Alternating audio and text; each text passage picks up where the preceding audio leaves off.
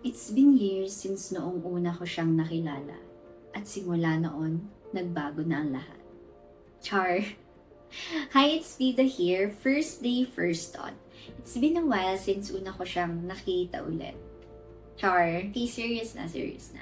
It's been a while since una ulit ako nag-post dito, hindi dahil sa sinukuan ko ito, kundi dahil may mas nauna akong i-prioritize. At hindi siya yon. Char! Siyempre, lahat naman tayo may priorities in life, depende na sa'yo kung ano-ano yon. Share ko lang yung isang post that struck me and made me reflect. The thought goes like, may regrets daw tayo sa lahat ng desisyon na ginagawa natin at may lungkot sa mga bagay na hindi natin pinili.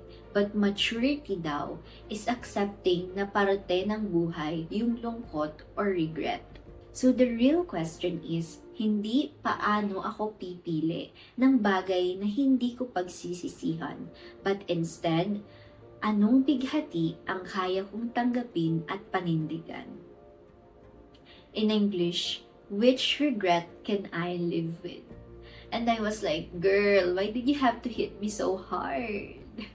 By the way, she's Francesca Psychology on IG if you wanna look it up. What an eye-opening statement and question I never knew I needed. Kasi ano nga ba ang desisyon na kaya ko or kaya mo na panindigan? Paano ba pagsabayin ang mga bagay-bagay na gusto mong gawin without sacrificing the other?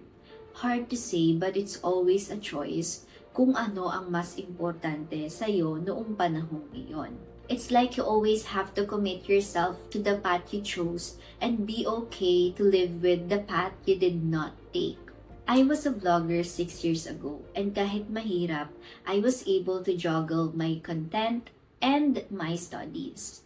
It requires hard work, consistency, and a lot of time kasi I do stay up all night just to edit my videos. Pero I was having fun. But eventually, I decided to stop the moment I started to review for my boards.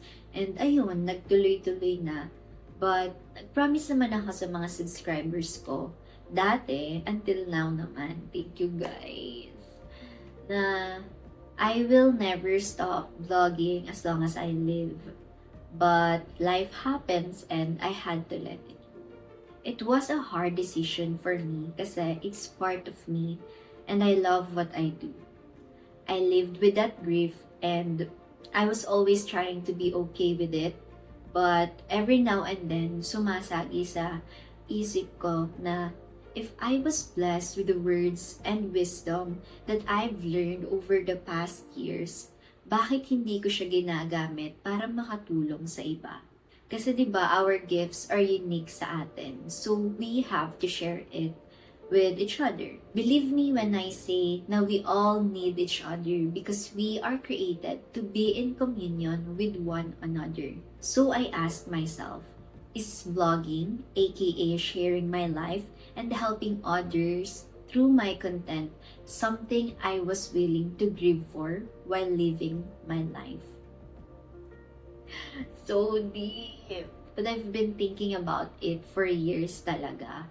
But alam ko namang walang mangyayari kung inisip ko lang siya. So I knew I had to take action.